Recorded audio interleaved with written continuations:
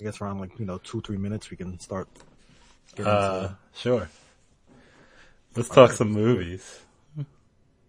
So, what do you think of the Avengers Endgame? The trailer? Well, that's the only thing that's out, unless you have some. Shut up! Don't be smart.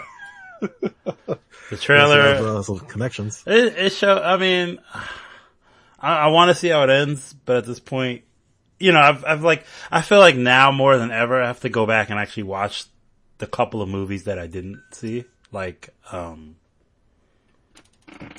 Ant-Man.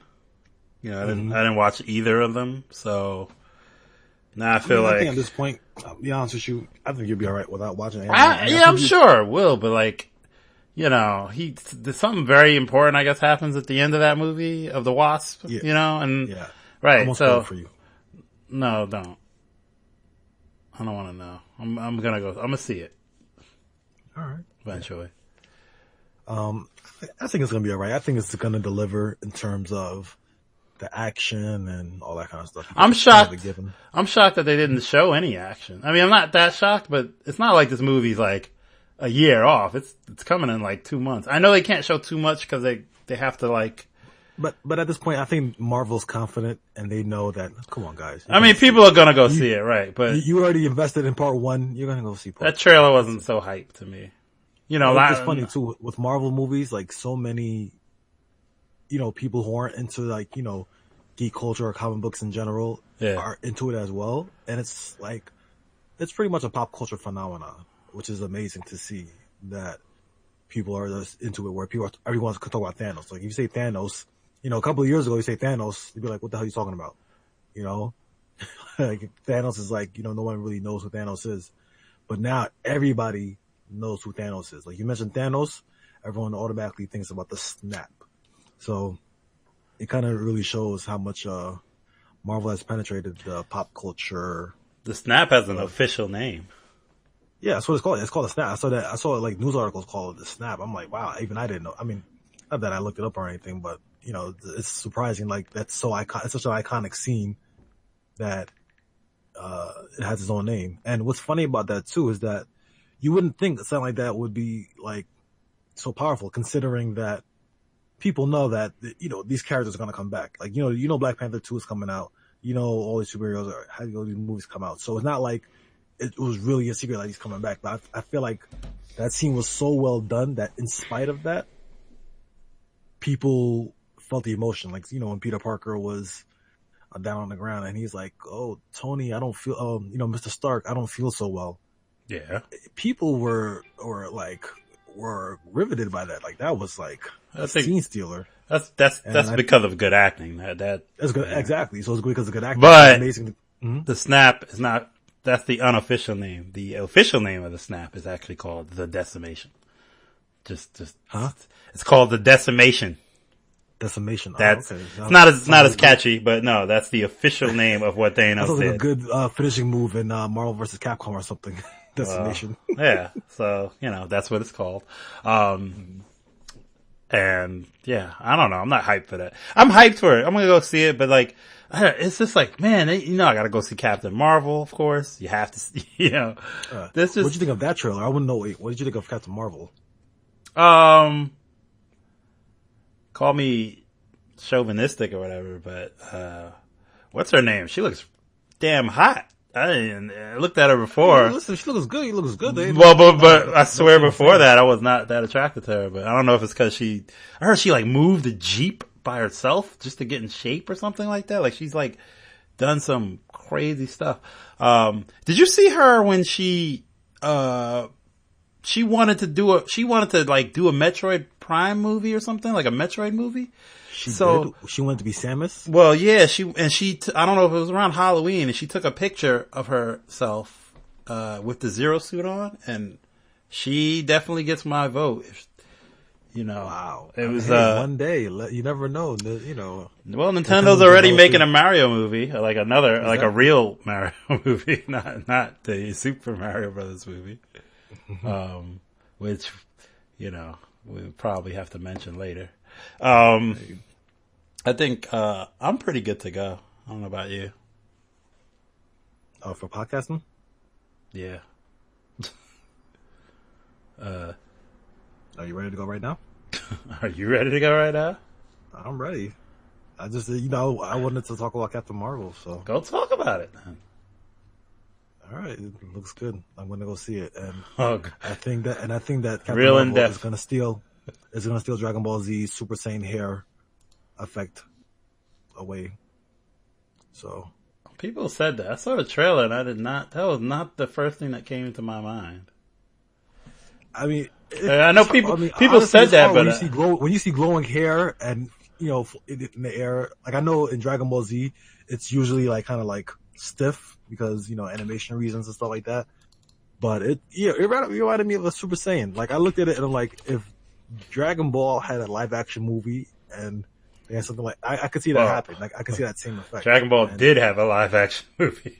Oh, I mean, you know what I mean? Like a more recent one, like something nowadays. Back, Nowadays, I mean, it was like 6-7 years ago. That's not that far off. Dragon Ball?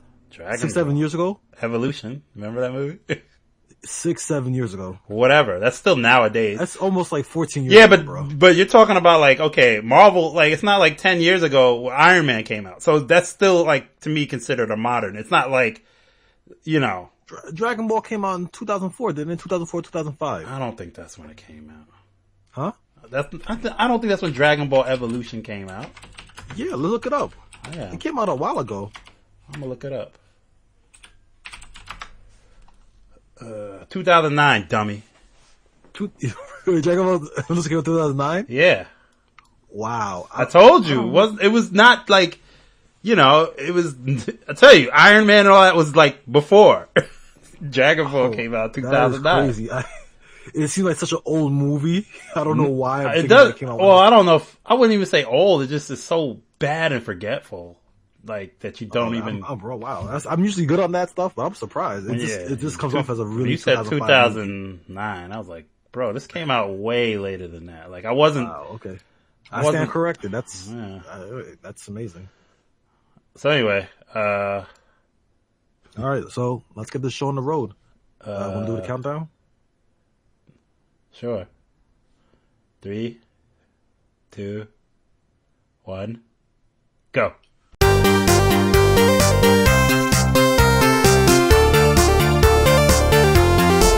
What's up, everybody? This is Steve from the 8-bit generation, aka the 8BG. I'm here with my co-host, Sterl. Hello. And we're here to talk about some video games. And stuff. So, before we talk about the game that everyone's been playing over the weekend, let's talk about some other games we've been playing. You go first. I've been playing Final Fantasy 12. Oh, sweet. Yeah, I know, right? The new hotness. I've been playing the remastered version. And actually, I love Final Fantasy 12. I think it's one of the best in the series.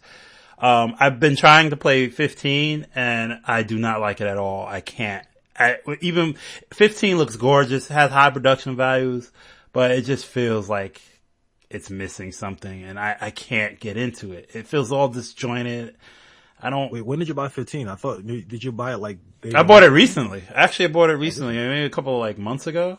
So yeah, I kind of skipped it on release, which is, I never do that with Final Fantasy. But anyway, yeah, so I've been playing 12, which to me is just much more charming and, something about it. But the interesting thing is actually, how I've been playing it. So, I've been playing on using the Steam Link and my Steam controller, which I bought from Valve. The Steam Link was selling for $2, which is insane. They bought it for $2. Did it normally sell for? I think when MSRP was $50, I think. Oh, wow. So that's a bargain, right? And the controller itself was $50, so it was $100 for both, and I got both of them for about $35 total. Mm-hmm. The Steam Link is basically, it takes your computer, it connects to your computer and Steam, and then puts it on any TV. So you can do it anywhere in your house as long as it's connected to the same network. And it streams it. And the response time and everything, it's almost instant. It's like perfect way to stream. I have no delayed reactions or anything. It doesn't skip. Mm-hmm. I think 'cause it's, and it looks great. So it's basically a console experience, right to your TV. The only downside about it is that it is still computer-like. So if your computer has an error or something, it will like show up, and then you have to go to your computer to like maybe fix it. But when it's working, it's working fine. The Steam controller, which is Valve is still selling. Oh, actually, that's the other interesting thing. I didn't realize when I bought it, but Valve just decided to stop making Steam Links. They completely, it's gone. You can't buy these anymore. Any reason, or is it just like poor sales? They said, I don't know if it's like they just don't want to produce it anymore. I don't really know how it's sold. They were really kind of pushing for the home console thing in like 2013, kind of around when this came out, or 2014, like with Steam machines and this and that. And the Steam machines flumped. I don't know anybody that really had one. They didn't take off because they were stupid. Like you needed Linux to run them. And it was that the amount of games you can play on Linux is very limited compared to, like Windows. So that was, but whatever. Anyway, so yeah, they stopped selling these. So it's I almost kind of wish not that I didn't open it, but I see people already trying to resell them for kind of stupid amounts of money. It's real small. It's real cute. Yeah, I think the worst part about it is actually the controller itself. Why is that? It feels like they didn't make it. They tried to model it not to be like another controller. So they gave it it has 2 trackpads instead of like a D-pad, and and it has its own analog stick. So it's really weird. The buttons are very small. The A, B, X, Y buttons are small. The triggers feel a little weird. It's a little weird to hold. It works great in terms of button response and functionality. And it has some cool features. Like, for instance, how computer games you can map any controller to, anything with a computer. You can actually, with the controller, instantly download a pre-made mapping for any game that people create.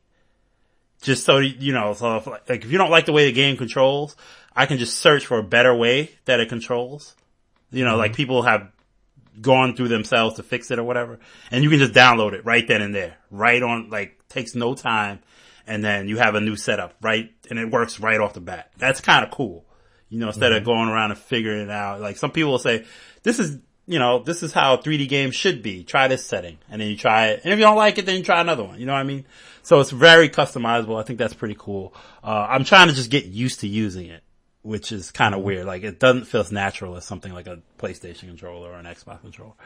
So, yeah. So that was more of my big thing about Final Fantasy, is more that the game's fun. It's old. It's a great, remaster. How far are you into it? I'd say about 6 or 7 hours, but that's a game I put before 100 hours into easily. Okay. Yeah, you played it before. I beat it. Yeah, I beat it. So I'm replaying it. And that shows how much I don't like Final Fantasy 15. I'd rather replay Final Fantasy 12 than to actually play. And I'm trying to get into 15. I just do not. Wait, what don't you like about 15? Like, what is it? Is it too modern with the whole YouTube aspect? Or? I think if you know the story about 15 is it was originally 13 spinoff. It was originally called, that was one of the spinoffs, but this one was called the Versus 13. And the trailer was really cool, and I was kind of hyped for it because it was just it wasn't exactly Final Fantasy, right? But then with this game, I think had crazy production troubles. So they decided to say, okay, instead of creating a whole new 15, let's just turn this into 15. And to me, it kind of shows. It shows from the whole crazy marketing campaign that they had for it in terms of, and I think the game sold really well, but to get the story of the game, you gotta watch a feature movie. There's a movie called Kingsglaive. There's an anime, that also ties into the story.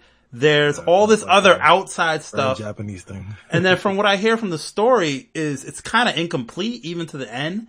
So they have all this DLC, right? All this DLC that's supposed to be the complete story. And then they planned this whole DLC for this year. And a month ago, they canceled it. They just canceled all that DLC because I don't know if the guy left the company or whatever, but they just canceled it. So the story is kind of unfinished.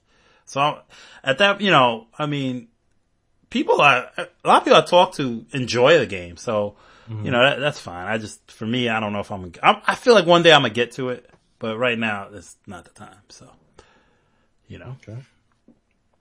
Not too bad. Yeah. So, what about you? What you've been playing? What I've been playing? I've been playing a couple of things. I told you, I think last time we spoke on the podcast, I told you I was playing Bloodstained, Curse of the Moon. Yeah. Still playing that. It's pretty good. I like it. Like I said before, if you like classic Castlevania and you just need an itch, that definitely does it. It's good. What else? I tried Undertale, as I know you recommended that to me a couple of years ago. You're like, Undertale is like great and the most unexpected video game experience. I already sense a distaste for it. It's not a distaste. I just feel like, I guess I'm still early in the game. Like I'm pretty much like right after that cow woman leaves you, you're kind of exploring in place, and I finished a couple of puzzles where I did the switches and everything. So right. I'm pretty still early in the game. Are you trying to not kill anything? I think I am. I'm playing passively, which is like, when you see an enemy, like it's like a traditional. You have to, right. And then you just go, I just go to flirt or whatever. You just try not to kill everything. Have you killed anything? Unless I've done it by accident, I don't think so. Okay. It's hard to explain without spoiling. Yeah, don't spoil it. I'm going to try to see it for myself because it's a short game. I'll tell you that. So it's not like you have you can do it in a couple of days. It's like really. So I say just get through it. Yeah, I think I'm the type of person where even if something's very odd, if the end result is shocking or surprising, so worth it. I'll think it's worth it. You know what I mean? Like something can be like pretty bad. Not bad. I wouldn't say bad. It's not bad. It's just like I'm just kind of like in a foggy area where I'm like, I don't really know what's going on. Right. It is in the beginning. You have to fight through it. Very vague.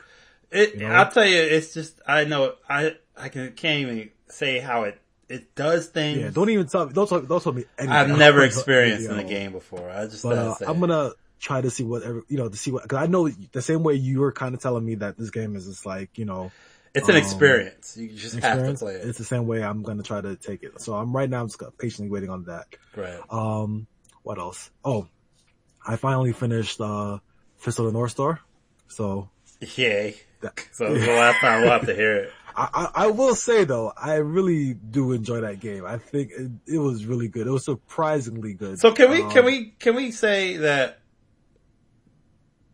Do you appreciate that? Because I heard it's a good game. It's not bad.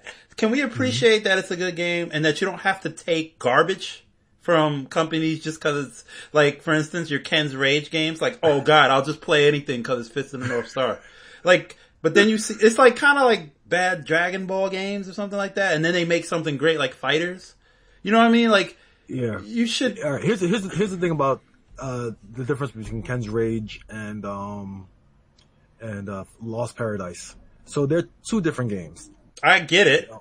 It's not about the type of games. And I understand. Ken's Rage is not that good of a game, but again, no, it's not good. Don't say that good. Just say not good. It's still a guilty pleasure of mine because it's Fist of the North Star.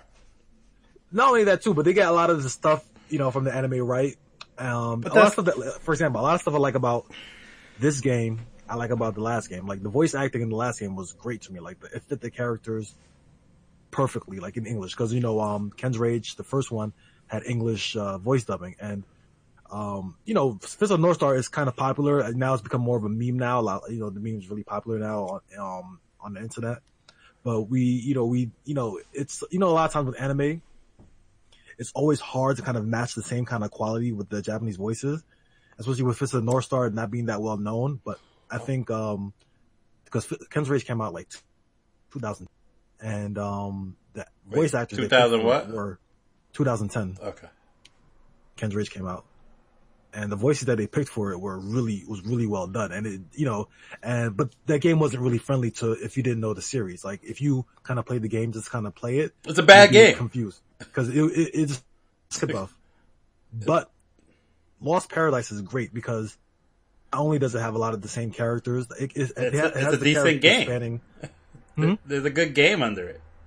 Oh, it's a good game under it, but what's good about it too is that it's easy for newcomers to come in, so you don't have to know like the lore of Fist of the North Star at all. You know, it's not even like the lore is that super deep, but it's not like there's a whole bunch of stuff that you need to know before you play the game. Right. What's good about it is that even though it has characters spanning from, I watched the anime, so I can't speak of the manga too much because I didn't read. I only stayed on the first part of the manga, but in terms of the anime, it spans. It has characters from all 4 seasons of the first part of the anime, and you know they do.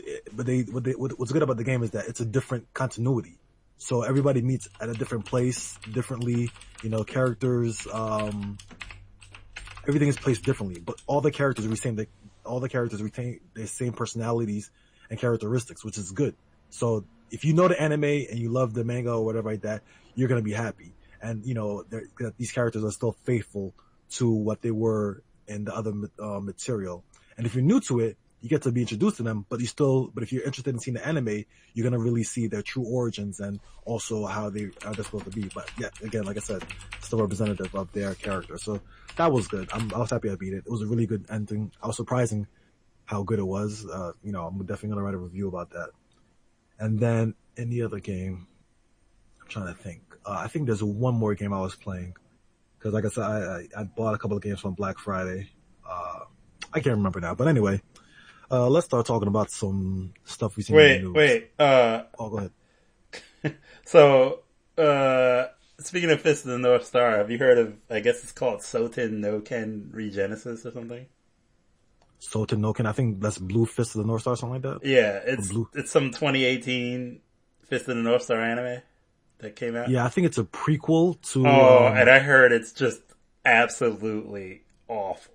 It looks like, you know, like they do with these animes now. They don't do anime anymore. They do like this 3D, cell shaded garbage. Mm-hmm. Like they did that with Berserk, which turned such a great anime into like just disgusting looking. But this, apparently, I just thought about that. I don't know if you've seen it or not or heard of it, but I know of the sequel because I think they had another anime too a couple of years ago. But I tried to watch it and I just wasn't interested in it. One of them is really bad. You know, it's just like I'm like, you know what? I'll stick to Fist of the North Star, the original anime series, because they had also Fist of the North Star 2, which is the direct sequel to Part 1.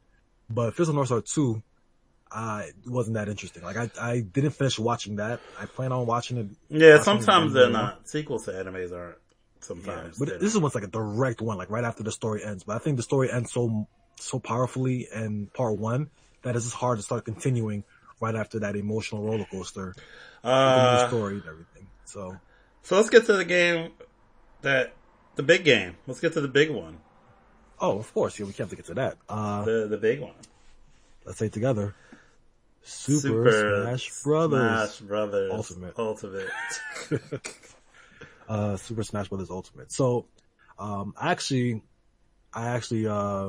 decided to get the game at a midnight launch in Nintendo New York. How was that? Right? Would you do that again?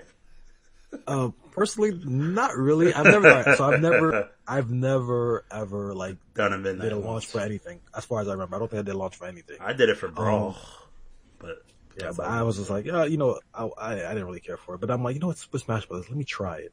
And it's funny too. I had work the next day, and I was like, you know what, if I try to get there early, you know, maybe I can, you know, be in and out and leave by 1:00. Yeah, what time did you get there? So I got there a couple of minutes after midnight. Because train that was late. Yeah, that was late. Because the train took a long. I was in the E train and I'm waiting for it to leave, and for some reason it was just one of those times where it was just like there for like 20 minutes or so. So I was like, damn it. So I ended up getting there like maybe 12:15, and I got there and I saw the line, and I have a video of it. I'm gonna you know do a little montage or whatever, and literally it took like almost 2 minutes to get from the front of the line to the back of the line. I know this doesn't sound like a lot. No, it was a long walk. When you factor in how many people, like, I'm walking pretty fast, and when you factor in how many people were standing in line, it was like a huge, long line. And it's cold. I get to the back of the line, like, which is nearly the end of the block. And mind you, this is New York City blocks, so New York City blocks are long and you know, or whatever. So I get there to the back of the line, and then I'm like, well, looks like I'm gonna get in the game 5 o'clock in the morning, and a couple of people laugh or whatever. So I stand online, and I literally 20 minutes in the line, I'm telling myself, okay, I think I'm gonna leave. I'm like, I think I'm gonna go. And I keep telling myself that, but I'm like, but I kept telling myself too, you come all the way out here just to go home. What if the line moves faster than you think? And I'm like, okay, let me give it a chance. And the line didn't move faster than I thought, but it moved.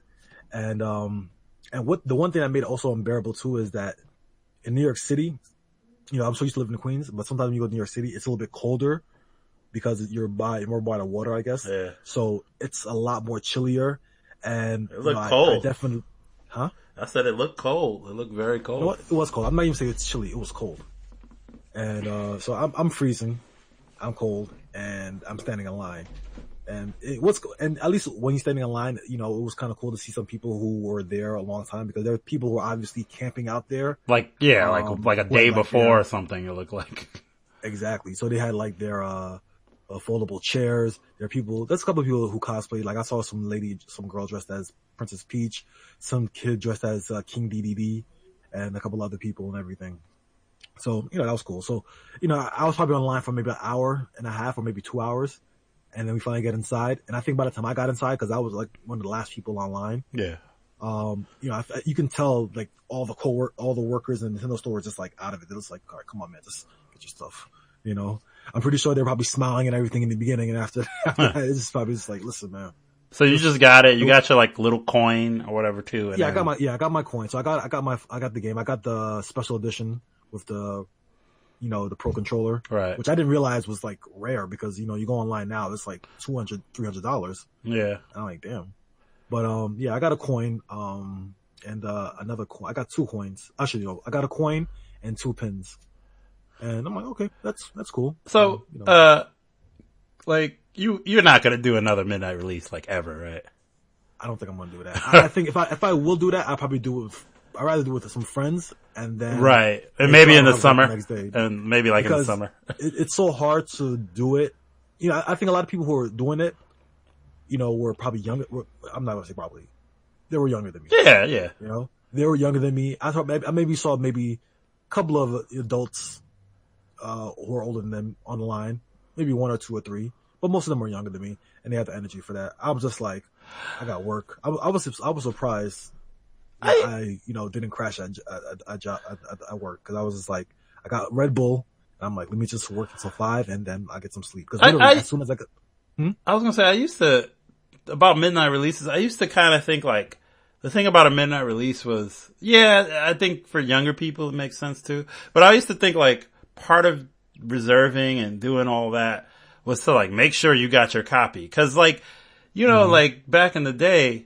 I remember like getting Gears of War 2 or something. Mm-hmm. Like if you didn't reserve your copy and go pick it up as soon as possible, they wouldn't hold it for like 24 hours and then it'd be gone. Like this was like before you could download games and stuff.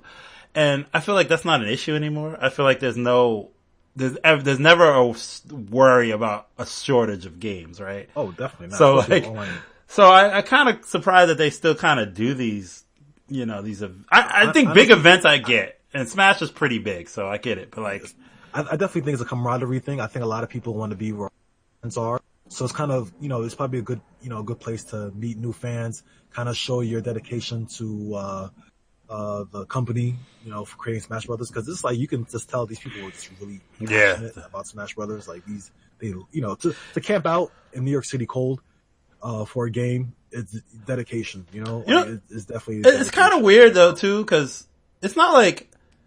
I gotta look at the release dates, but I know like between Smash, between Melee and Brawl was like a very long time, right? Like, like 7 or 8 years. So Brawl was like, we couldn't wait for Brawl because we just been playing Melee for like 8 years. What's crazy about Brawl? Brawl was like, it was the first time I was going to Smash Dojo, and literally every day, right? I remember that. Smash Dojo. I remember that. Just for the little bit of updates, just for the little he gave one fact about the game a day. One little fact about the game a day. I don't think I've ever visited a site. I've never done that since. I've never done that since. Like, they really, like, strung us along with that. You know what I mean? Like, so I wait. definitely think.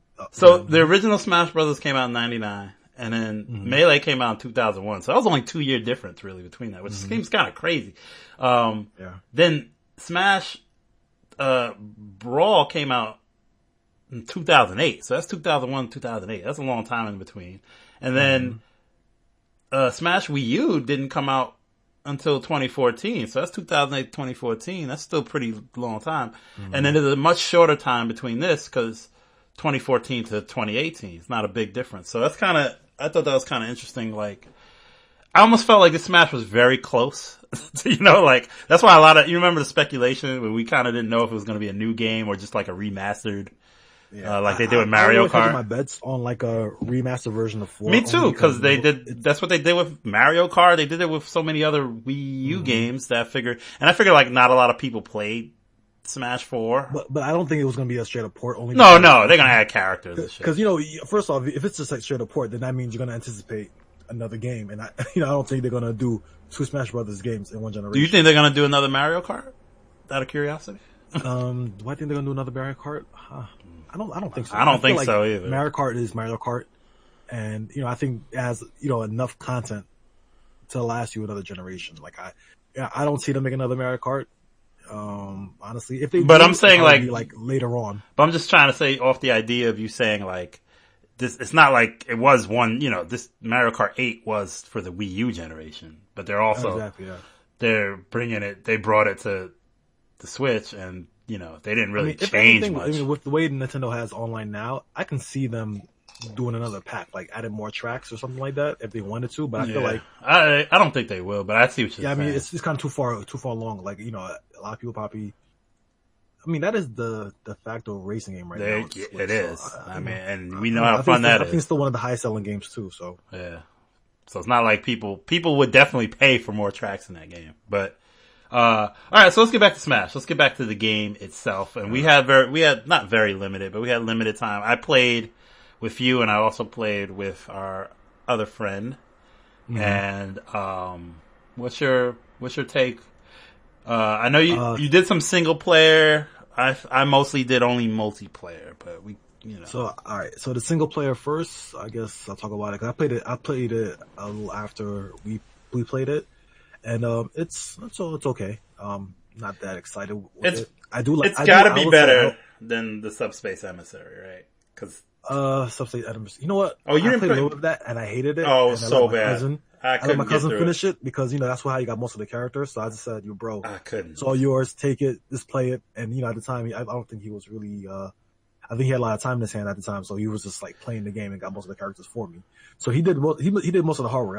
I don't even want to play this. I couldn't do it. But, it you know what it is? It's like almost like I won't say board game, but it's like kind of like you go from one part of the board to another, collecting spirits. And then you can you fight other characters.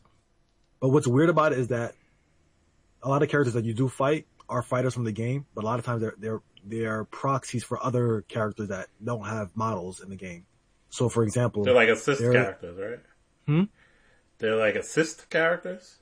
Not assist characters. So I'll give you an example. Like, in the beginning you start as Kirby, and then you have to, you know, each part of the board you go to, each section that you go to, you have to fight a character.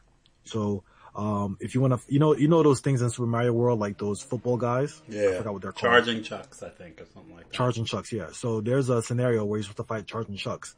But of course, there's no Charging Chucks model in the game. I think that's what it's called. I don't know. But yeah, I think that's right. So what they do is they take Wario and just have him spam his, and have him in the same colors as a Charging Chuck, and have him spam his tackle move, elbow attack over and over again to kind of imitate that movement. So it's like they have a lot of different characters, but most of them are the fighters from the game, just in doing something crazy different.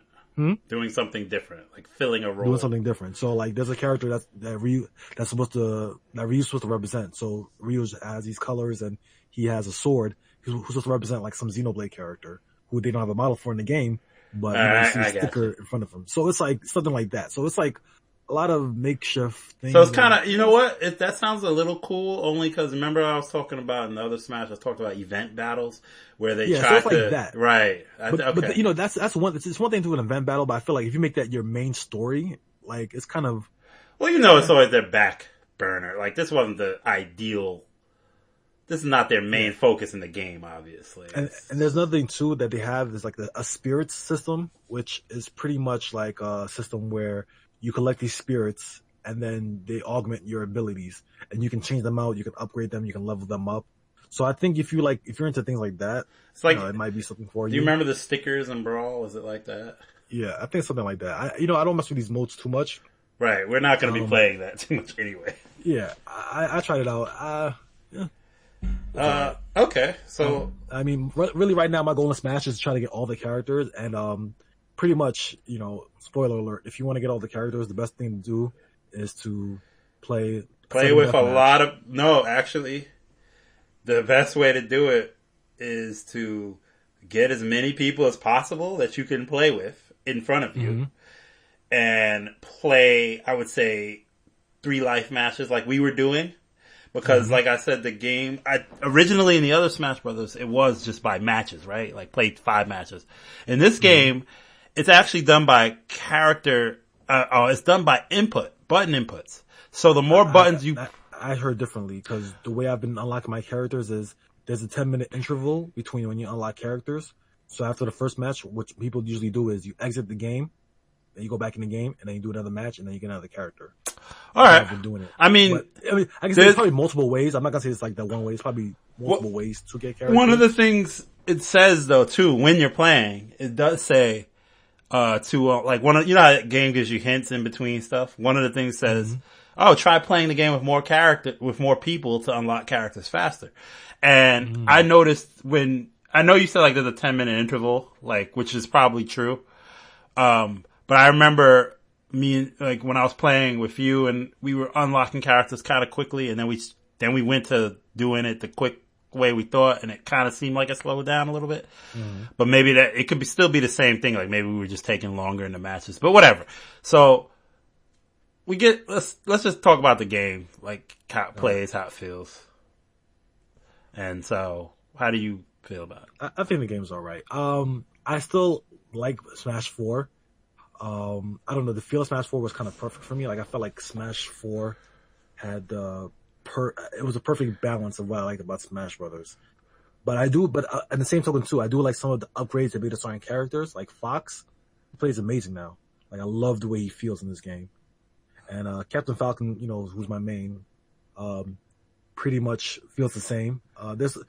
He pretty much feels the same. But there's one thing I noticed about this game, that sometimes it's hard to gauge when you truly knock out a character.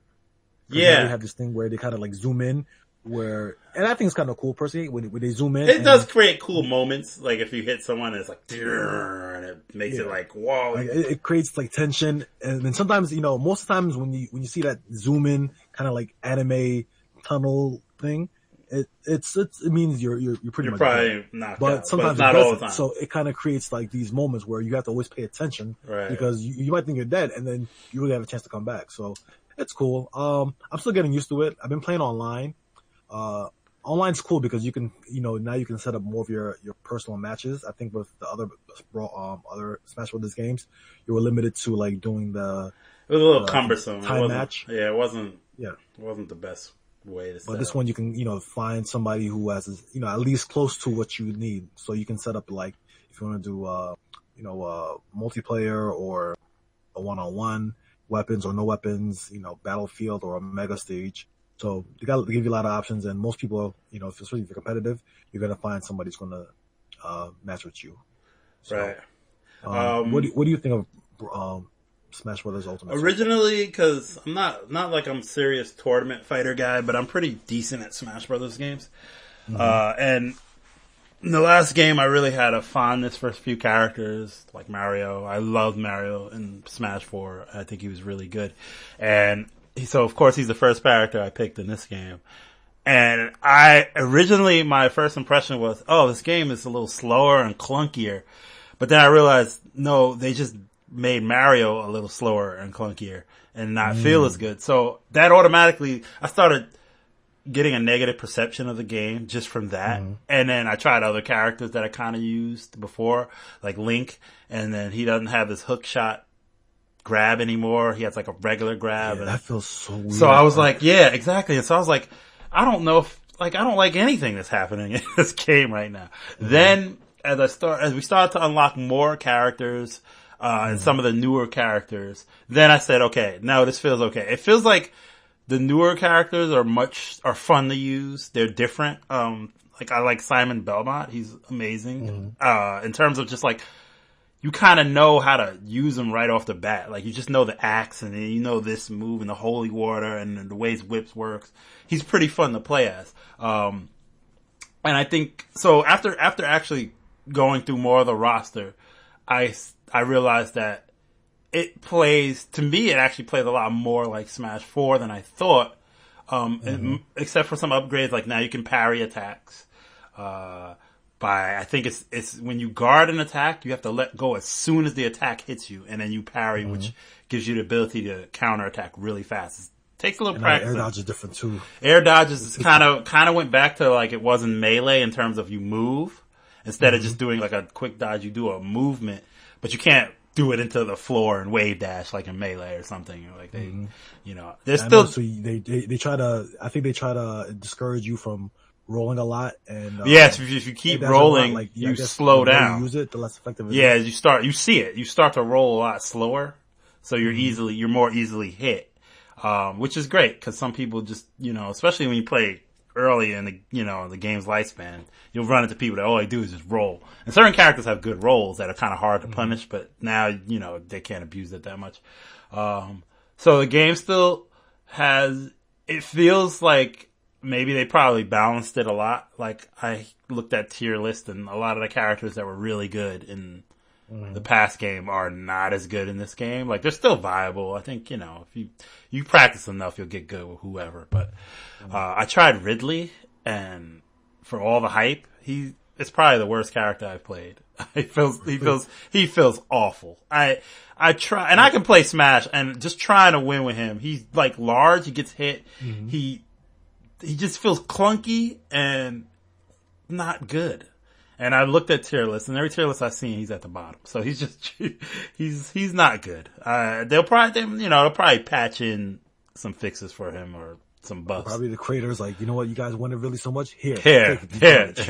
That's what you get. I wouldn't be shocked. But, so, I watched my friend play a match online, and it was bad. Like, it was really laggy. It's a lot of times where like he doesn't connect to anything, and it's like, he had if you can't find your match to specification, sometimes it's either they give you the closest match to it, or they just say error or something. But when he was playing, it was like, I've seen better matches. Like I watched streamers play, and it looked fine. But when he was playing, and he has a pretty good connection, it was skipping and to the point of unplayability.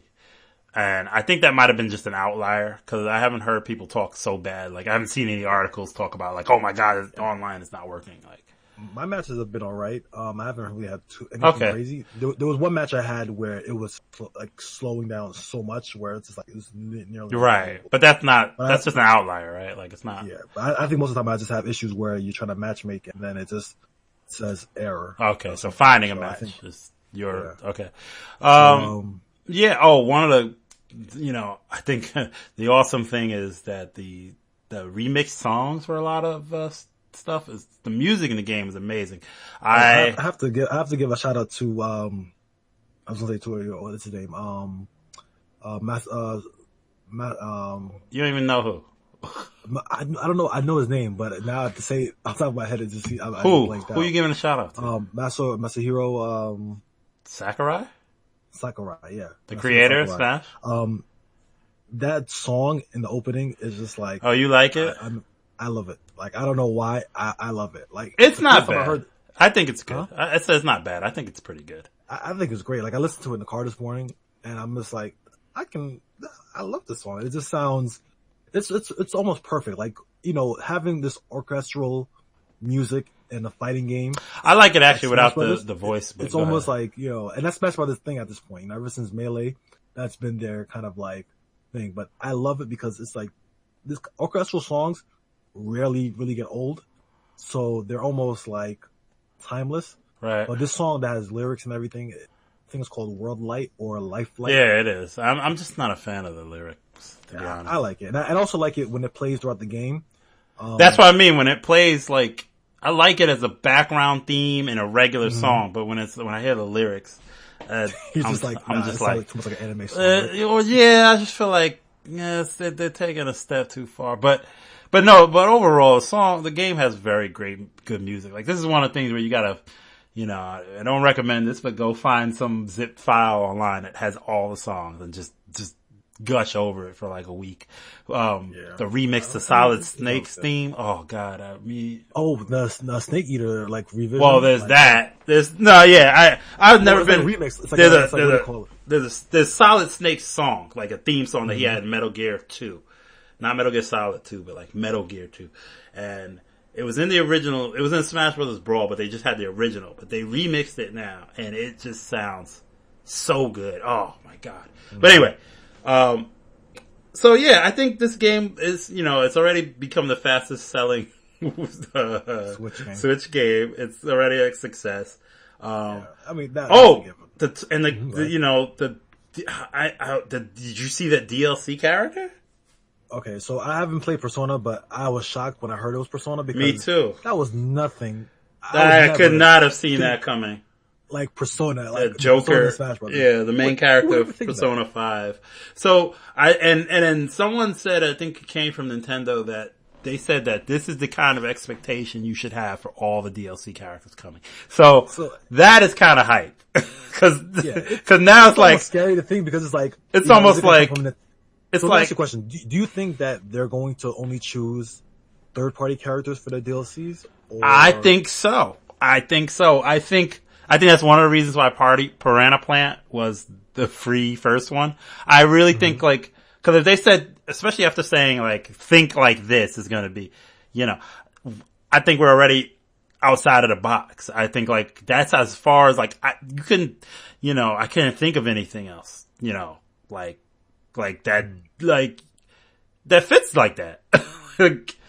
They caught people off guard with that, and I think it's hype. I think that was a great choice for a DLC character. I don't even play the game, but I think just that idea. It's almost like Tekken doing Negan from Walking Dead. Yeah. That trailer was so crazy. I was like, bruh, Negan? Like, I would never think Negan and Tekken. I mean, I would expect that from Mortal Kombat. Yeah, they announced it like last year, but this trailer...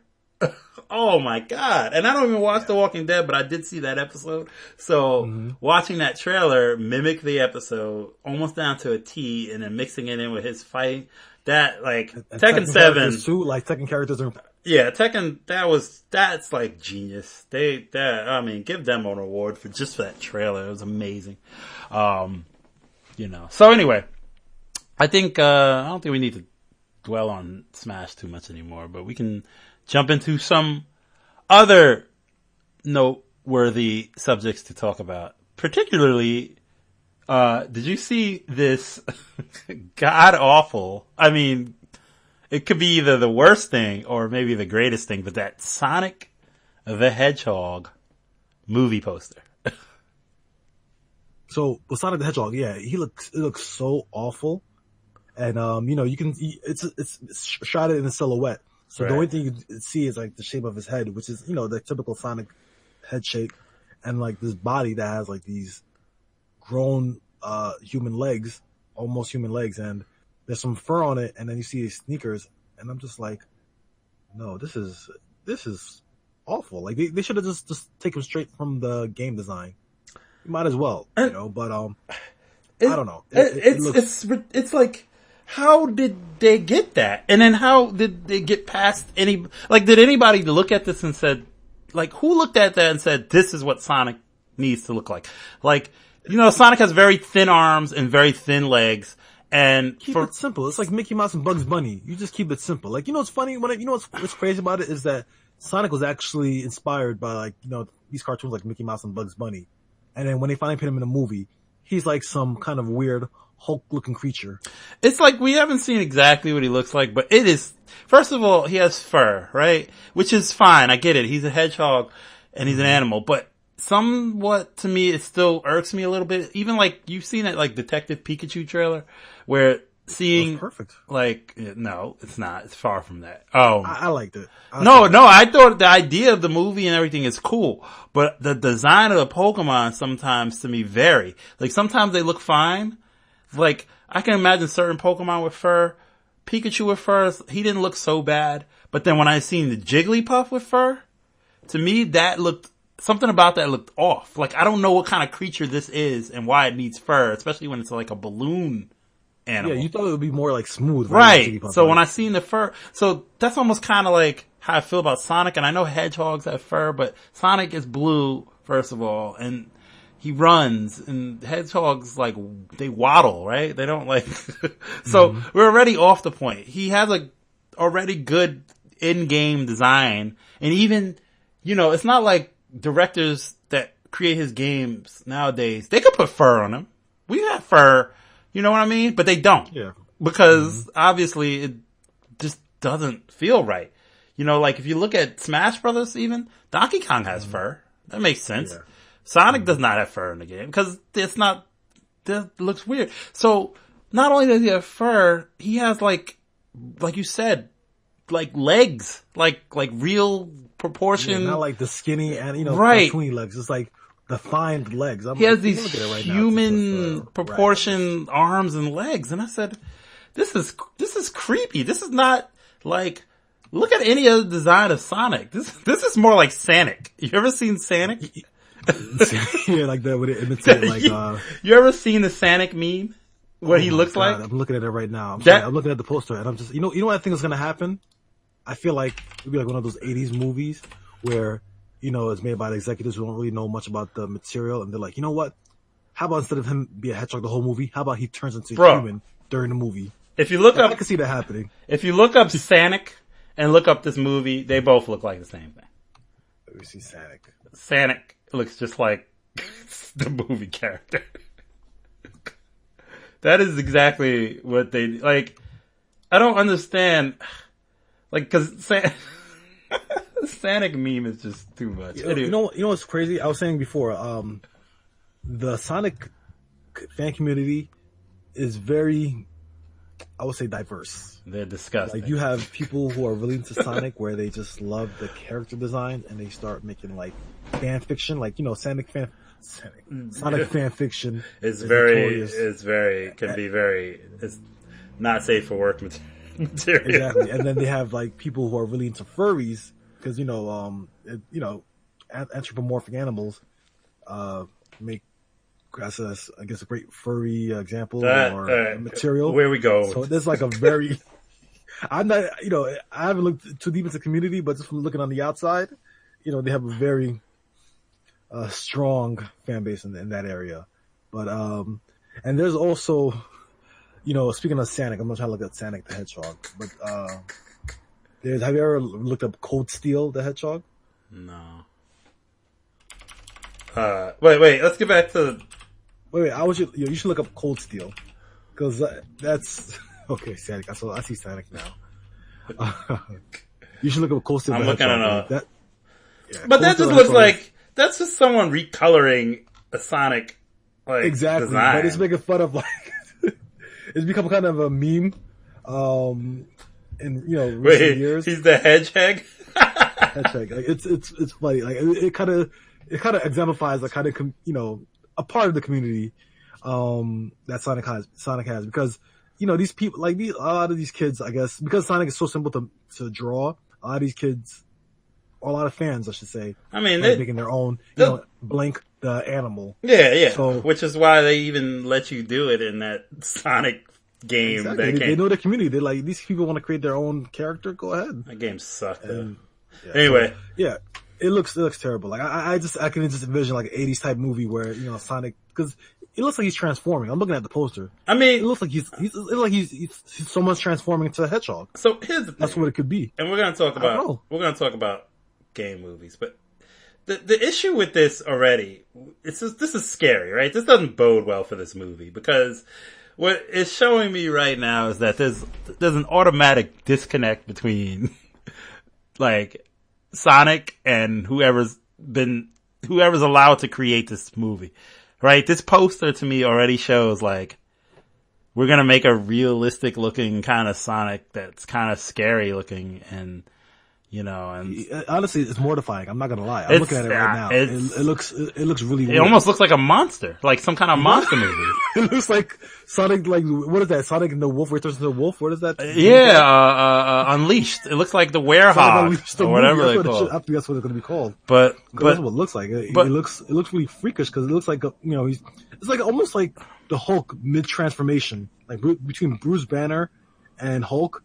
Like, this is kind of what you would get if you put a Sonic head on top of it. And I think this is why we get a lot of bad video game movies, is because, or even animes that get turned into movies. I think there's just a huge disconnect with the source material. I mean, because you got to look at it like this too. The source material is not movie quality stuff anyway. Sonic storylines don't translate into good movies. You're not. Go ahead. I think really, it really depends, because I think you can do it with the right mindset. If you were to try to do it, because if you were to do it like an animated cartoon, it's possible. Like a movie, like I saw the anime. This is a long time ago. The Sonic the Hedgehog anime. I don't know if you've ever seen it. Well, I haven't seen it recently, and. Well, there's one that came out in '99, and they actually dubbed it in English. I've seen things. It was all right. I mean, I've seen things, but in '99, you got to remember, how old were you like then? 13 or whatever. Well, I didn't see it when I was 13. I saw it recently. I'm sorry. And you still liked it? Because I've seen things like as a kid. I think what I liked about the movie is that it had a lot of new characters, new aspect, a lot of new characters. Like, sometimes you watch a movie and they just introduce like random new characters that you never see again. Right. But overall, it was an okay movie to watch. I enjoyed it for what it was. Well, we have very differing opinions on movies. Yeah, that's true. But I think with these type of movies, I think you really have to kind of know the source material and know how to work with it. And if you're going to create like a live action, like blockbuster movie of Sonic the Hedgehog, I don't know if this is good. I don't know. I don't know where they're going with this. And what's funny enough too is that this is actually like the poster says, it's done by the producers of Fast and Furious. It's producers, so it doesn't even say anything about the quality. It's just somebody who produced Fast and the Furious. It could mean so you don't even know how much. We don't know what we're going to get. Really going to have over it. But I just think that if we look at they're literally to this day. There hasn't been, according to, there hasn't been a franchise that has had a movie in theaters, a video game franchise that's had like a good movie in theaters. Like maybe Mortal Kombat, if you like cheesy, corny, that kind of. Mortal Kombat, I think, hit the right spots, because it was so cheesy that it was, and it's not even bad that it was good, but it was like, it gave kind of people that wanted to see a Mortal Kombat, like, stupid violence and your favorite characters, and I think what it did too is that it knew the source material enough to kind of like play on it. So you had stuff like Liu Kang doing his bicycle kick, doing that sound, and then he had Cage, I mean that's what doing a shadow kick, and of course you had Ed Boon doing his Scorpion voice, get over here, all that kind of stuff. So I felt like the movie was smart, because it played to the people that would want to see it, and it's source material. Like, I know, but it's called Mortal Kombat. It's not like, for example, look at the Street Fighter movie. The Street Fighter movie was so off base. It's so bad. They changed everyone's nationality. They had, it's not about street fighting. It's about trying, the group of street fighters trying to save the world. So it became like this weird, so bad, creation that's so far from the game, where the game is mostly about people fighting each other. But that's the most simple thing you can do. Yeah, but at the same time, sometimes like you got to look at that. Like if you look at Street Fighter's story and even Mortal Kombat's story, like Mortal Kombat's story is about a tournament, right? And other world tournament. So Street Fighter's story is literally there's Shadow Lu, and you kind of have you have to develop something there, right? So for instance, take the original Super Mario Brothers movie, right? Mm-hmm. Imagine playing Super Mario Brothers 1 through 3, and then someone saying, you gotta make a movie out of this. What are you gonna do? Like, you can't, you can't just make it like... Here's a live action movie though, that's a lot of times the issue, like, cartoons are cartoons, and, and live action is live action, because not everything translates No, from cartoons to live action. I get that. Not everything does. Like certain games don't. Certain games do. Something like Mario should be relegated to a cartoon. Animated or cartoon, right? But yeah, but it's not just. But that's not. But see, you're focusing completely on it as like visual. At the end of the day, you still have to develop a story, right? You still have to develop a plot and stuff like that. And I'm saying, like, look, if you look at these games, you know, and I'm not saying like games now kind of have plots that are maybe even too complex for movies, but like back then or around when a lot of these movies got made, they were given material that like you gotta make a plot. You gotta make it interesting. You can't just, it wasn't just going to be a visual thing, obviously, because limited technology and all that other stuff. And I just think that at the time, I think video games being in its, being... Yeah, video games weren't big on story unless it was an RPG at the time. Right. And even then, take a look at, this is not necessarily based off a game, a particular game, but the Final Fantasy, The Spirits Within, have you seen that movie? I haven't. I probably saw it a little bit, but okay, it's awful. I saw it. I remember me and my friends. We cut out in 10th grade. We went to go see it in the summer or something like. We had summer school, or whatever. We cut out and we went to go see it, and we all came out theaters like, "What did we just watch?" Like, it wasn't entertaining to Final Fantasy fans because it had nothing to do with Final Fantasy at all in terms of anything, and it just. So at least maybe as a movie, it could have been good. No, it wasn't good. The only thing that was interesting was it was one of those first movies that was like super high production value. Like I think it was like $200 million or something crazy at the time. It was a lot of promotion. It sent that Cole, I think Square Enix's, whatever Square's film division. That was it. That movie, it sank it. There was nothing after. But even so. To me, a reaction to that was when they created the Final Fantasy VII Advent Children movie, which I don't know if you've seen or not. I haven't seen it, but I know I saw when I saw the trailer for the first time, that actually made me start playing Final Fantasy VII. Because when I saw the trailer of Advent Children, I'm like, holy crap. Right. I gotta play this game because this movie. And I remember when I first seen Advent Children, I was like, damn, this movie's awesome. Like, look at all this, like, the sword fighting, and look at, oh my god, it's like seeing my characters in this level of detail, and they have some of the musical stuff, and then, then you really watch the movie, and then you realize, like, there's nothing. There's no movie here. It's just a bunch of fight scenes that are connected by some very loose storytelling, and it doesn't do anything. Like, you have this great world, not great world, but you have this, like, interesting world in Final Fantasy VII with some characters that, you might want to learn more about, and you do not. It doesn't advance any character other than Cloud slightly. Like, he goes from being sick and disgruntled to just kind of less disgruntled. Like, that's literally his arc through the whole movie. He fights Sephiroth. It looks amazing, right? It's just pure visual feast, which is completely, it's fan servicey. You know what I mean? And so I think that's the other issue when you think about game movies is you can't be too fan service. You can't be too one way in order to make it like a good movie. Like, can you think of any video game movie that's good? All right. So we're not talking about like, animated or anything, like live action. Let's just say, no, we can talk. We can talk. I would say something like Street Fighter, the animated movie was pretty good. Okay. That was really good. That was excellent. That was an entertaining movie. Yeah. What else? We were talking about Mortal Kombat. I think also Tomb Raider. I think at least the first one. I think I saw the first one. What, the Angelina Jolie one? Yeah. I mean, it was ridiculous. It was okay. It had a lot of action. And, come to think of it, that might be one of the better ones if we had to reach. I didn't see the new one. I want to see the new one because I think Alicia Vikander is so I didn't see the new one yet, but I heard it's not good. I heard it's like okay.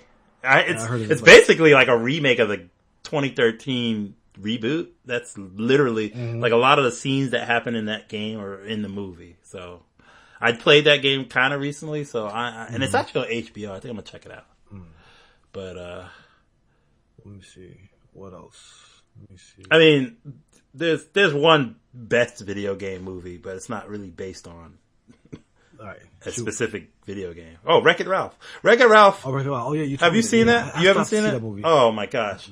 And I think what Wreck-It Ralph does is it solves its problem of storytelling by not being about a particular game that you know about, right? So like, you don't come into Wreck-It Ralph thinking like, oh, I hope they show this part because I like that from the game, because Wreck-It Ralph is not necessarily a real game, right? It's so they have to sell us on the world and the characters in Wreck-It Ralph from the movie, not from the outside source. But it's helped along by all these cool cameos from games we recognize, right? So you'll see, you know, like the movie starts out, it's not a spoiler, but the movie starts out right in the beginning, and Ralph is a bad guy. He's similar to Donkey Kong, basically. Bad guy formation. I've seen that. Yes, right. You've seen that, right? And they have, you know, they have, and Bison and this, they have Zangief there. Zangief's not a bad guy. I don't know why he's really there, but they have Zangief there, and they have like one of the evil ghosts, and, you know, so you're seeing these characters and you're kind of like, you know, oh, you get it. Like, that's a great way to use video games in a movie. Cause the video game stars in the movie are relegated to cameos. And that's enough, that's the fan servicey part. Like, you know, if he's, you know, after the arcade closes, Ryu and Ken take a break from their game, and then they just walk out to Tappers, which is an old game, and drink beer, you know, root beer. And so they create this kind of Toy Story-like world where after the people, you know, the games kind of do their own thing, which is a great idea. And but what makes it work is not that it's not about it being the video game. It's about it telling a story and giving you characters to care about. And I think, you know, you root for these characters. You root for Ralph, you root for Vanellope and, Fix-It Felix and whoever else. And it's done well. And I think what video games get lost in is that they feel like, you know, the video game movies at least, I think they feel like they have to decide whether to make it close to the game or not, right? I don't envy these people with people who make these movies, because it's a hard decision. You gotta make it mainstream enough for people who don't know about it just to go watch it, to enjoy it. But at the same time too, you have to make it you have to appease people who do like it, because if you create something that, people who are fans of it don't enjoy, they're going to be vocal about it. Right. They may be quiet normally, but if they don't like something, they'll be like, this crap sucks. Did you see? We don't want to see. Did you see Doom? Which one? The movie Doom. Doom. I saw some of it. With The Rock. Actually, yeah, the one with Rock. I'm trying to remember it. I don't really remember. The only thing I remember from it was like the scene where they had the first person shooting. Right. That's the only thing to remember from it. Cause the whole, like, the movie is like, they kind of take I think they take the Doom plot of it being on Mars or something, or I don't think it's Doom going to hell part, but I think it's like being on Mars, and The Rock actually turns out to be like a bad guy eventually or whatever. But there's the coolest thing in the movie, and literally, it's like an hour and a half of garbage. And then you get this 10, maybe, I don't know if it's 10 minutes, but you get this little first person perspective, like, action scene. And it was cool because you're like, oh man, like, like, this is Doom. This is what we came to see, not this other garbage. And I mean, to me, that's the problem with creating a movie like that. Cause like, if you're gonna create a Doom movie, I mean, what is Doom? It's a first person shooter. So are you going to make a whole movie like that? Or are you going to, you can't make a whole movie of a guy shooting. Told, there is a movie that's There's like Hardcore Henry, but Hardcore Henry at least kind of is very self-aware, right? Hardcore Henry knows it's completely insane and that it's going to be a crazy, and I think so, and the idea is like, okay, we're going to base, like, obviously Hardcore Henry is not it's not a game property, so it's not, they can do whatever they want with the plot. They're just doing it first person, right? So for instance, Doom, they already had to set themselves up being with these characters and being on this planet, and this is the problem, and this is Doom. And I think you get stuck, right? You get stuck like with the movie having to look a certain way, or be a certain way. I think that's the issue. It's tough. I don't envy these creators. It's a tough act. And a lot of times people especially with nowadays Disney, as we've seen, has this kick on oh my god, cartoons live action. What do you think about that? Do you like that they're doing this? I mean, I don't really like it. Like Beauty, for example, I'll tell you why I don't like it all the way, because like I said earlier, some things are just meant to be cartoons, right? To be enjoyed as cartoons, and some things are not. So I saw Beauty and the Beast, what came out last year or something like that. Yeah. Or the year before, whatever it came out. So I saw Beauty and the Beast, and a little history. Beauty and the Beast was one of the first movies I saw in movie theaters. I saw it when I was 5 years old. Loved it. It was a great movie. And it was great to watch. I really enjoyed it watching it as a kid.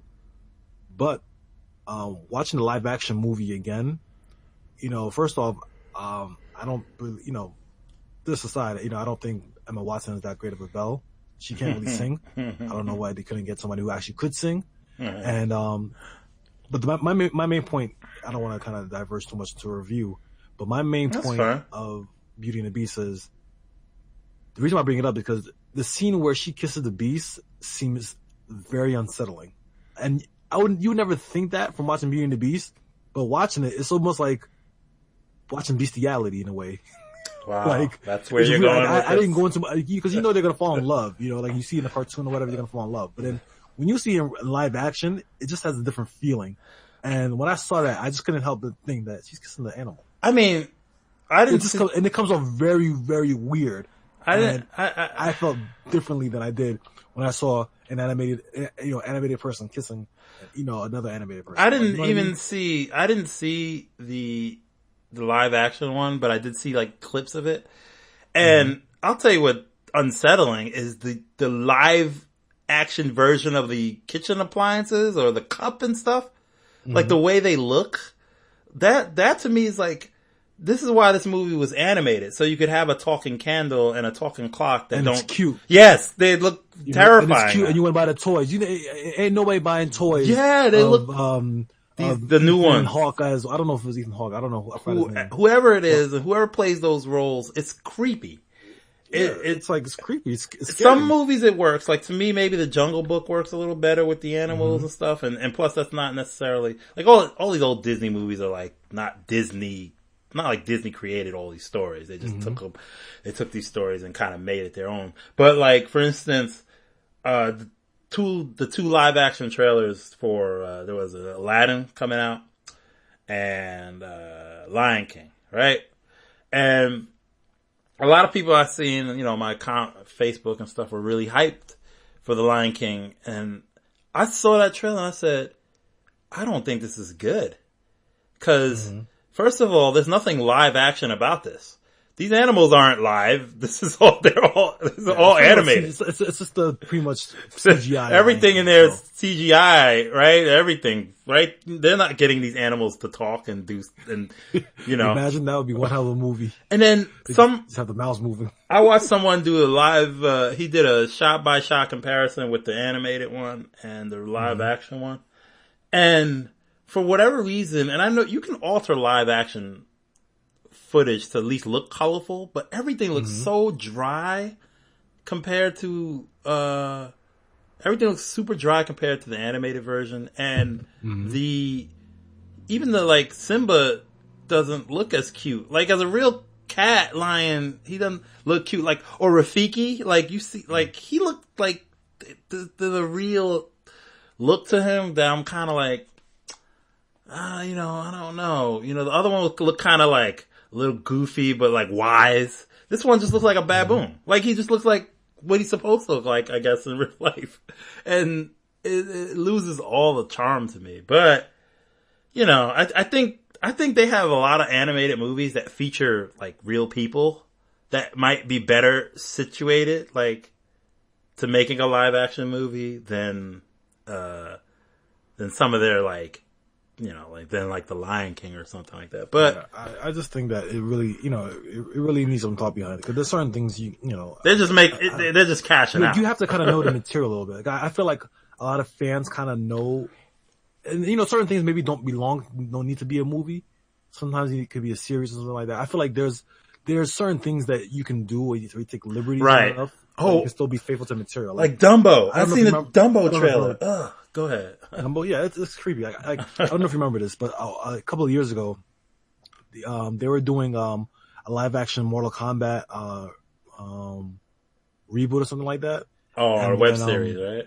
And then they did a pilot before they got greenlit for a series. I think it was like a couple of episodes. I can't remember what it was. Yeah. There was a pilot where they reimagined everybody like a gritty kind of thing. So it was Mortal Kombat, but it was like kind of like Mortal Kombat meets the Dark Knight kind of vibe. Yeah, was it good? And I thought it was excellent. I thought for what they showed in the trailer, I think they had a lot of good martial arts action, which was really good from a Mortal Kombat thing. Because they had Johnny Cage, as like this hotshot guy. He was played by a real life martial artist, Matt Mullins, and then they had Scorpion as a serial killer or something like that. I can't remember I kind of remember right away.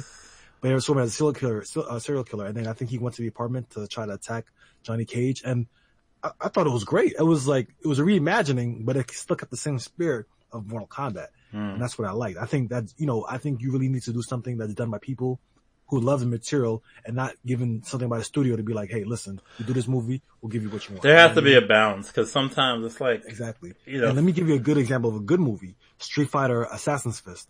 I haven't seen it, but I heard everybody talk about how great it is. I thought it was excellent because I think first it started off as a fan film that was on like Machina or something like that, or Machinima. Machinima. Am I saying it wrong? Machinima, thank you. On Machinima. And I watched all 5 episodes in one sitting. I'm like, this is great. Like it really gives some, it uses some of the Street Fighter lore, but the characters try to stay consistent to what you know in the game. Would you pay money to see this? Would I pay money to see Street Fighter Assassin's Fist? Yes. Because that's the thing. That's another thing. People, when things are free, if it would be in the movie theater, I think it would have a higher budget, so they could probably do a little bit more things. I feel like there was a lot of like, I remember, I enjoyed my time with it, but I feel like it still felt like kind of, you can tell it was kind of low budget, but it still felt good.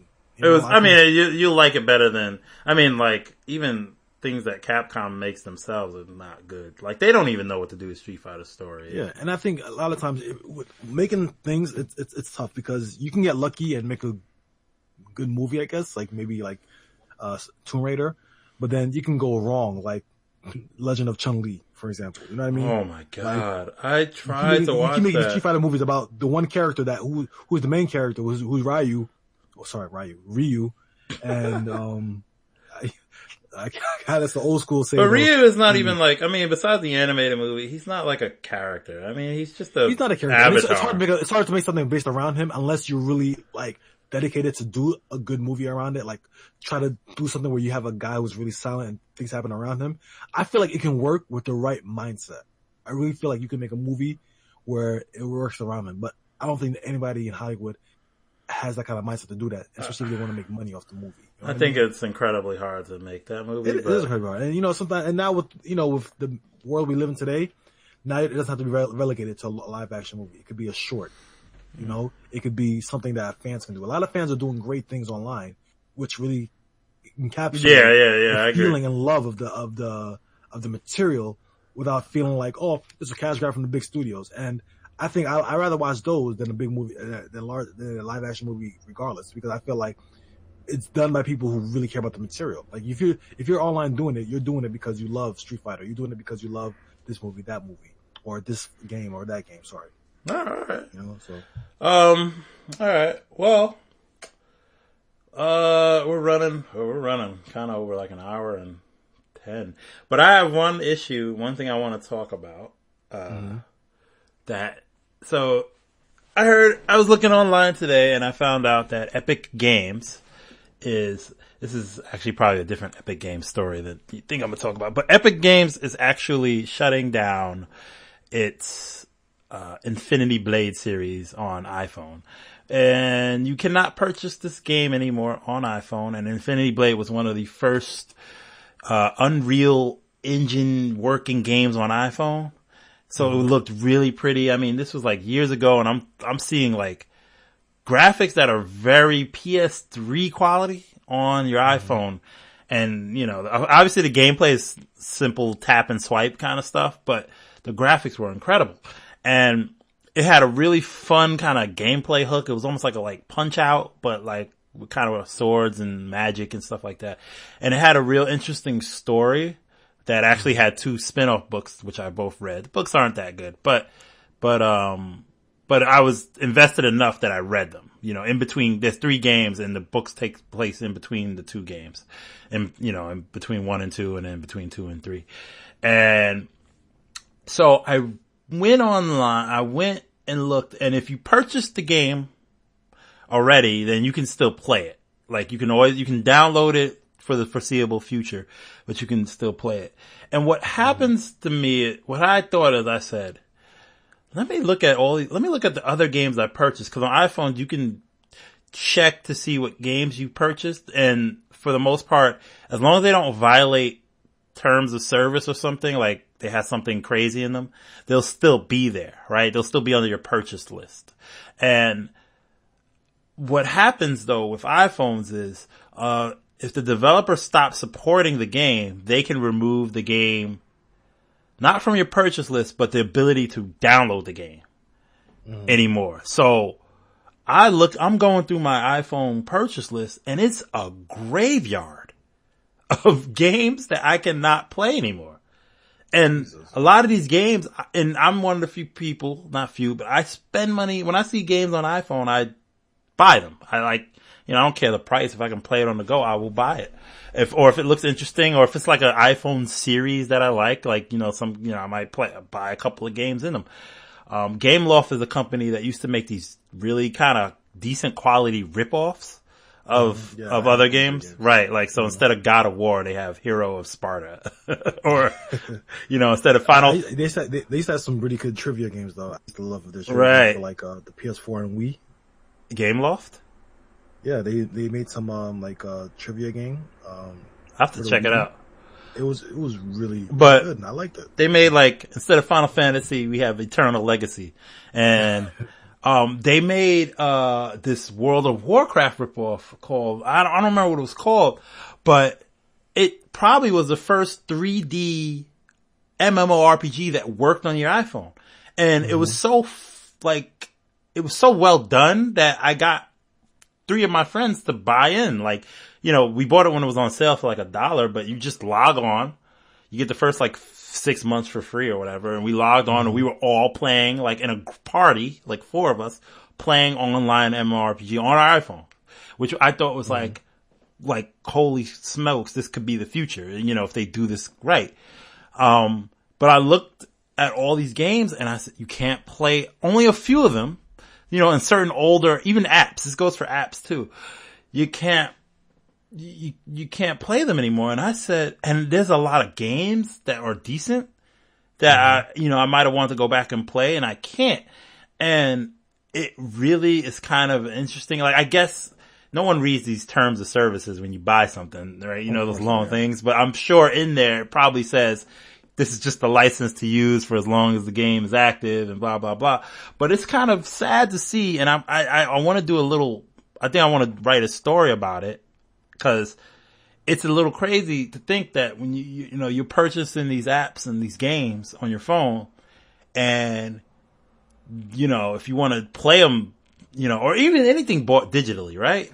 You want to play them at a point and then it just turns out they can tell you no. They can take it away, yeah. Because it's nowadays it's a game as service kind of model. Everything is just. And Apple's always oh yeah, we got 1 million apps and we got millions, but then you realize you buy them and then you don't even know how long you're gonna be able to use them.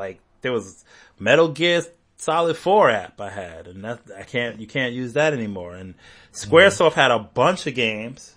The only ones they kept are the ones that they know to keep, which is Final Fantasy and Chrono Trigger.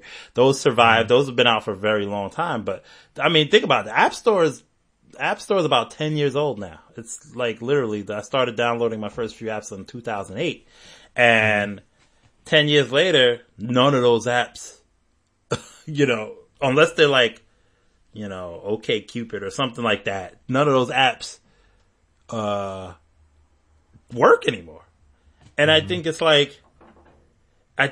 it's kind of interesting to see, because there used to be, to me, that me and my friend used to say there was a golden age of iPhone gaming when you actually wanted to spend $5 on a game, or because these games are really fun. They did interesting things. And we've definitely moved away from that nowadays, where we're into this freemium service ever game since Candy thing. Crush came in the market, it's just like everybody, it's like first it started off with like in-app purchases. Yeah, as soon as you in-app purchases, but then once crazy, what's it called?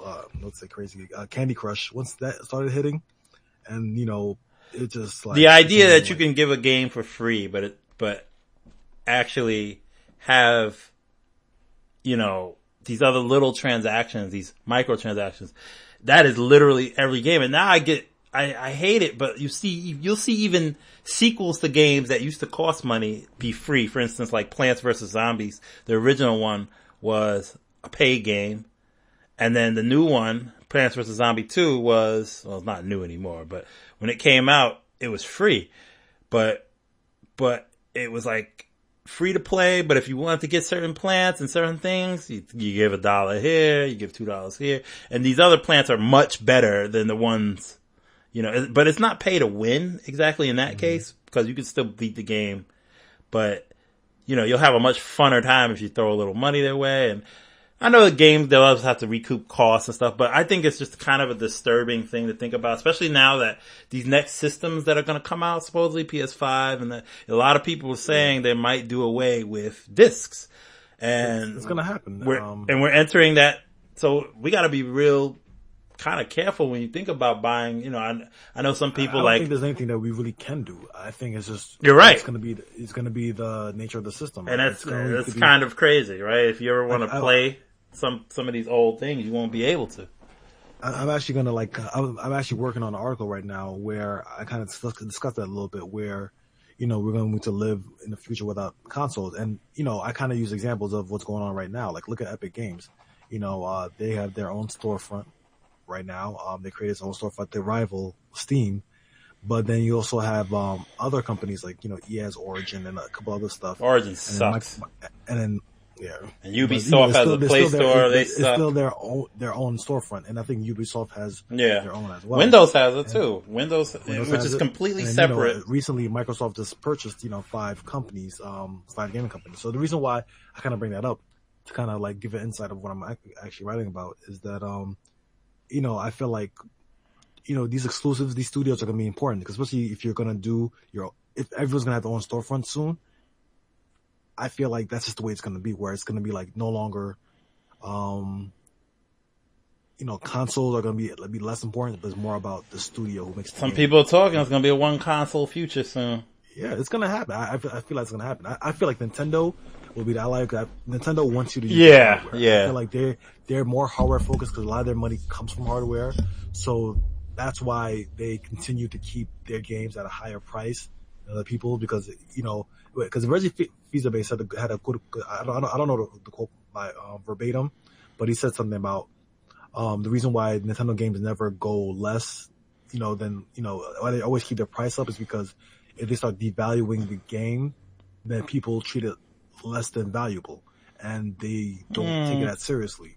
So it was an article many years ago. I see what he's saying. I get it, but that also kind of, because sometimes you still see like Smash Brothers 4 is like still $50 somewhere, and I'm like, come on now. But you can go both ways with that, because certain things are like are good for the price that you pay. Like I don't mind paying $15 for a game.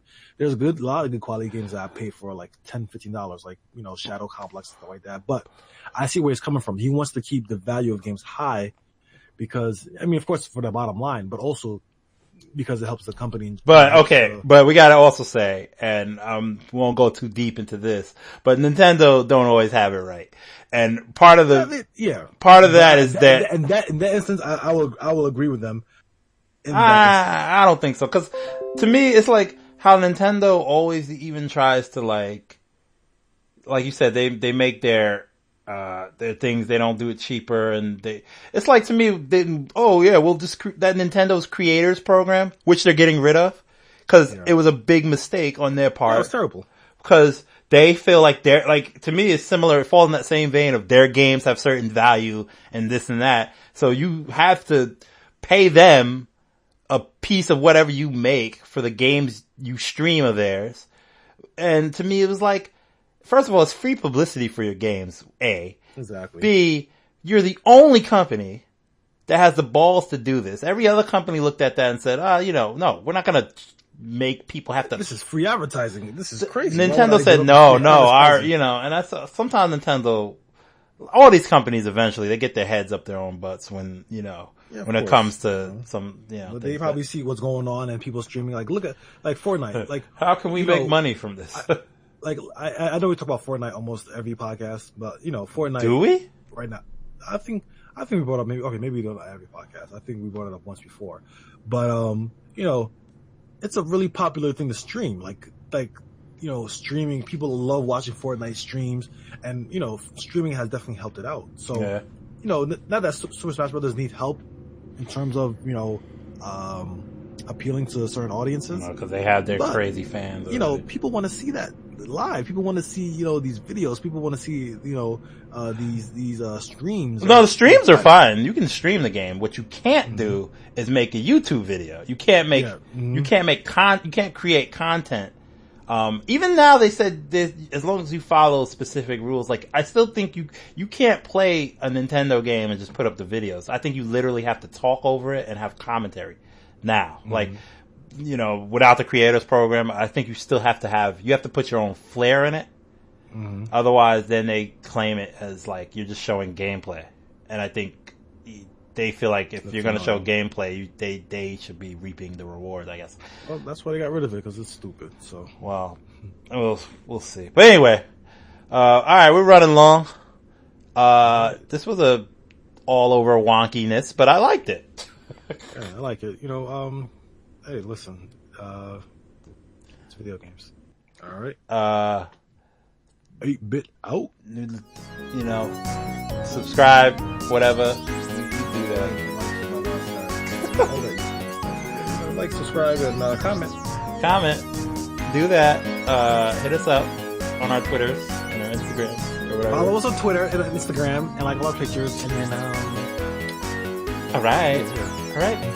Bye.